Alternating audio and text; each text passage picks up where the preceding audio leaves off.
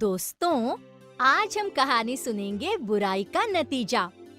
एक घने वन में एक हरीश नामक हिरन और कालू कौवा दोनों रहते थे।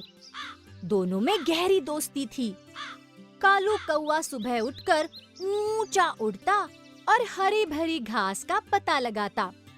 फिर वो अपने दोस्त हरीश हिरन को उस जगह का पता बता देता।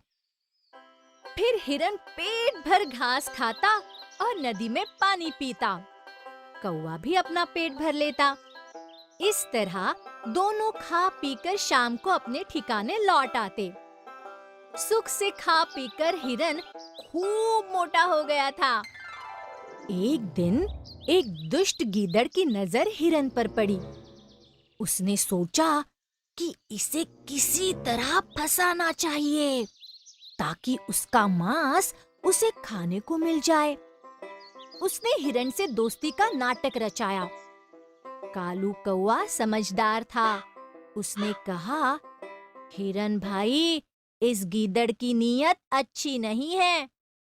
तुम इसकी बातों में ना आना। पर नई नई दोस्ती की चाव में हिरन ने कौवे की चेतावनी पर ध्यान ही नहीं दिया। धीरे धीरे वो सारा दिन गीदड़ के साथ ही रहने लगा। एक दिन गीदड़ ने उसे किसान के खेत में जाने की सलाह दी। कुछ दिन बाद किसान ने अपने खेत में जाल बिछा दिया। हिरन उसमें फंस गया। इतने में गीदड़ आया और हिरन को जाल में फंसे देखकर मन ही मन बहुत खुश हुआ। हिरन बोला, भाई गीदड़, आप इस जाल को अपने दांतों से काट दो और मुझे छुड़ा दो। दुष्ट गीदड़ बोला, अरे भाई हिरन, मैं क्या करूं? आज तो शनिचर है, मेरा तो उपवास है, सो मैं मांस को नहीं छू सकता। अब हिरन को अपनी भूल का पता चल गया। उस रात को जब हिरन घर नहीं लौटा तो कालू कौवा उसकी खोज में निकल पड़ा।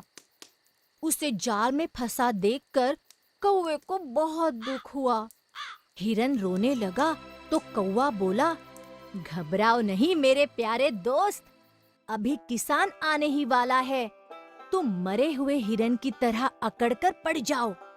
जब किसान जाल लपेटना शुरू करेगा तब मैं काव काव करके तुम्हें इशारा कर दूंगा। तुम जल्दी से उठकर भाग जाना। हिरन ने ऐसे ही किया। उसे भागते देख किसान ने एक डंडा खींच कर मारा। हिरन को तो वो डंडा लगा ही नहीं, मगर गीदड़ झाड़ी में छिपा बैठा था। उसे वो डंडा लगा और वो उस डंडे से मर गया। बच्चों, इस कहानी से हमें ये शिक्षा मिलती है कि कभी किसी का बुरा मत सोचो। बुराई का नतीजा हमेशा बुरा होता है।